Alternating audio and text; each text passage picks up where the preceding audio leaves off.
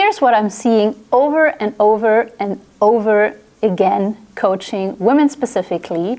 And believe me when I say that I did these mistakes too. So today I want to give you some insights into some big mistakes that you have maybe done in the past and what you can actually do to optimize your training and your nutrition. As I already said, 95% of the women in the gym and the women that are reaching out to me for getting coached are doing this mistake. And you need to understand that you have two main drivers to transform your body. It's your training and it's the nutrition side of things. And these two drivers need to match each other. You can't just focus on the nutrition and be like very rigid in eating healthy and clean and stuff like that. And you can't, on the other side, just focus on the training side of things and just being the beast in the gym and smashing some heavy weights. What you need instead is that your nutrition and your training is an absolute match. And in today's video, you will learn, like on a practical level, how this needs to look like to transform your body. I'm pretty sure that you have already heard you need to be in a calorie deficit to lose body fat, that you need to be in a calorie surplus to gain muscle, that you need progressive overload and all of these things. I know that you know these things. I know that you have heard of them. But how does this actually look like on a practical level? And where could you go wrong? So to make it even easier for you to understand, we have built this chart. You can see a very, very clear overview of what happens when you are manipulating your nutrition and your training side of things, and to what outcome this leads. Like, will you lose body fat? Will you stay the same? Will you build muscles? Like, what is actually happening when you increase your calorie intake, when it stays the same, when you reduce it, and what is happening if you are applying or not applying progressive overload in your training. So first off, you see at the top progressive overload. Are you actually applying progressive overload? Yes or no? And this is where a lot of women go wrong. They are not applying progressive overload. They are not tracking their training sessions. They are not increasing the way that it's really, really challenging, and that it gets challenging and stays challenging over time, because you should be able to increase, for example, in your lower body exercises like deadlifts or hip thrusts, 30 kilo, something around 30 kilo over a year. If you are just increasing by 5 kilo, that really means that you maybe not maximized all the gains you could get out of your training. So we really want to make sure first that you are applying progressive overload in every training session and over the weeks and months of your training career. So let's take the scenario that you are not applying progressive overload. And this is really what I see with a lot of women that are coming to me. They are training, they are really going into the gym 3, 4, 5, sometimes even 6 times a week, but they are missing out on like training intensity, really applying progressive overload in their training, and therefore they end up on the right side of this chart. So they are not applying progressive overload, and then now you can see the combination with the nutrition side of things. You will either be at maintenance calories, because maybe you're not tracking your calories, you're just eating how you feel like, and you are somewhere around your maintenance calories. You are keeping your weight stable, and this will lead to no changes in your body composition. So this is what happened to me for years. I was not tracking my food. I was just eating healthy and clean and stuff like that. I was not applying progressive overload, and my body composition stayed the same for years.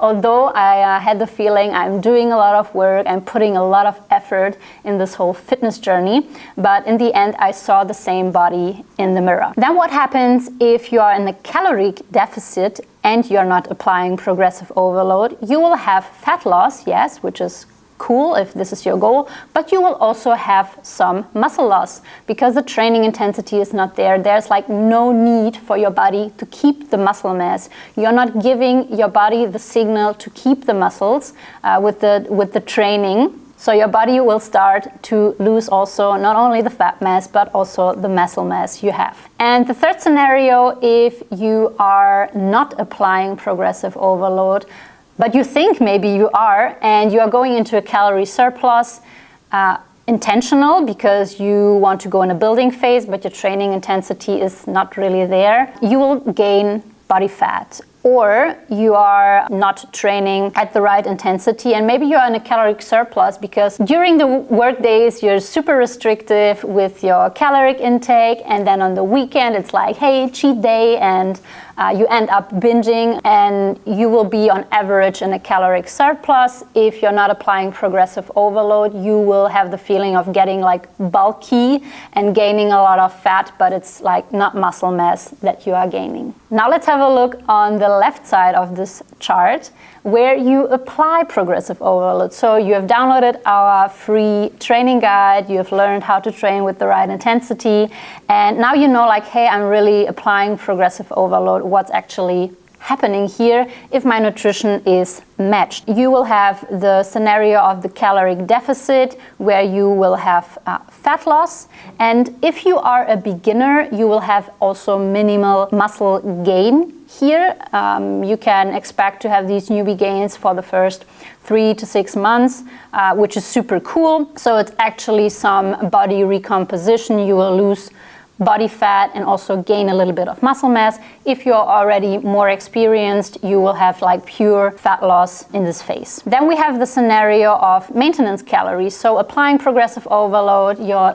training is like nailed and you are eating your maintenance calories, so you will have a bit of muscle gain and fat loss simultaneously.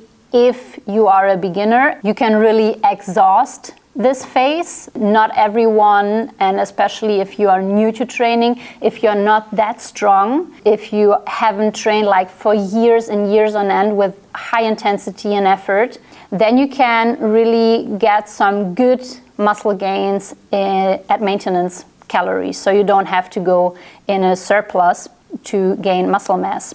And then if you have already exhausted all your newbie gains, you are more advanced in training and you are pretty strong and have a good amount of muscle mass, then you will need a caloric surplus to really gain muscle. And this is a very, very slow process. Now, where I'm seeing women go wrong is they actually don't know, am I applying progressive overload correctly? Am I doing it right, wrong? What is going on here? And then on the nutrition side of things, they are not tracking their calories, or they're like skipping half of it, like doing some days of tracking, then they don't track because it's like weekend mode, stuff like that. Or they are not choosing the right caloric intake for their goal. So on the right side of the chart, we have seen if you're not using progressive overload, if you're not applying progressive overload in your training with the right intensity and effort, you will have no body composition changes or fat gain or muscle loss, which is no bueno. This is not what we want. And then on the other side, if you are applying progressive overload in your training, if you're training really with intensity, then you need to ask yourself, do I really need a caloric surplus to gain muscles? Am I really like that strong? Do I have really that much muscle mass? Am I really that lean that I need to like increase my calories through the roof? Is my training intensity like really on point in my training sessions? And is my recovery really good? Because if your recovery is off and you're like just increasing your calories and you're in a surplus, then you will mainly gain body fat and not really muscle mass. So I hope this overview helped you to get a better understanding of why you need to match your training and your nutrition. This is really the key. You have these two drivers which will help you to transform your body the way you want to look. And you really need to make sure that your nutrition is on point for your goal and that your training is on point for your goal, that you are doing the right things and that they are combined very, very well.